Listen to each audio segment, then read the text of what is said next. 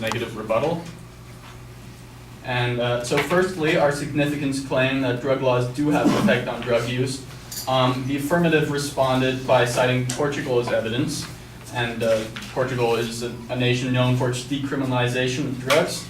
However, they ignore the two examples cited as our evidence. Sweden is a prime example of how strict drug laws not only lower drug use, but they also create an environment where drug use not only dropped, but also changed the public opinion, further decreasing the use as time went by.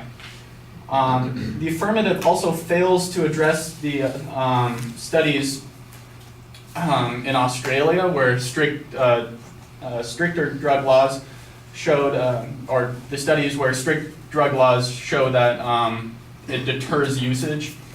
And we can see that today. A lot less people drink, smoke marijuana, even though it is legal in a few states now, compared to people that drink alcohol or smoke cigarettes.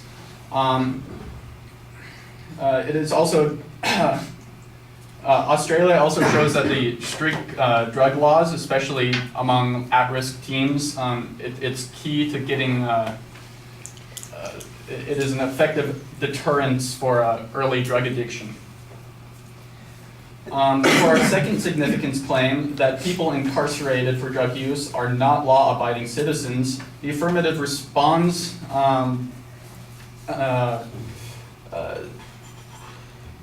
responds by saying that the argument misses the point. However, that argument was made in response to the first affirmative's claim that drug laws lead to a high incarceration rate for citizens. They argue that these offenders should receive rehab instead of jail time.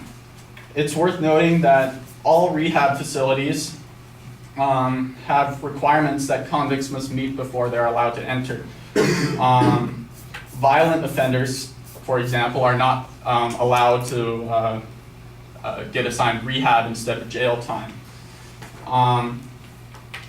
The affirmative states that we should not disallow rehab, but they fail to note that nonviolent offenders already have the option to take mandatory rehab instead of jail time.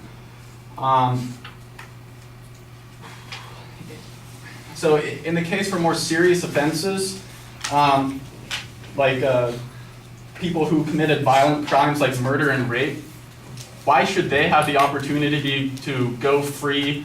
They're in a rehab facility, not in jail, just because they used drugs. So if somebody murdered somebody else and they get put into jail, and then somebody murdered somebody while on drugs and they get put into a rehab facility, how does that make any sense?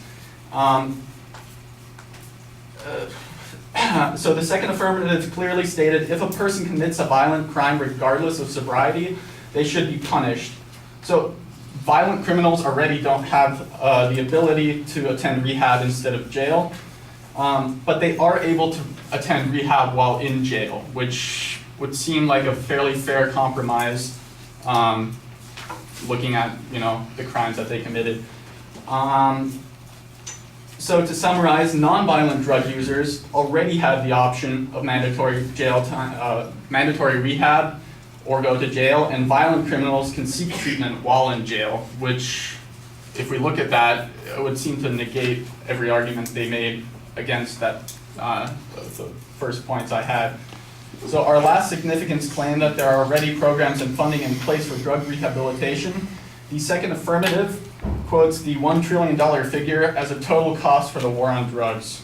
So firstly, he fails to address the $10.9 billion dedicated to rehab and how it is the single biggest chunk for the budget on drug-related issues. Also, this figure has been steadily increasing over the years.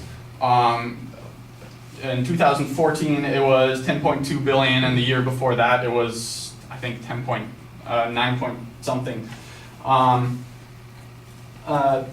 So because it is increasing, we can see that the rehabilitation programs and that the push towards rehab is already happening.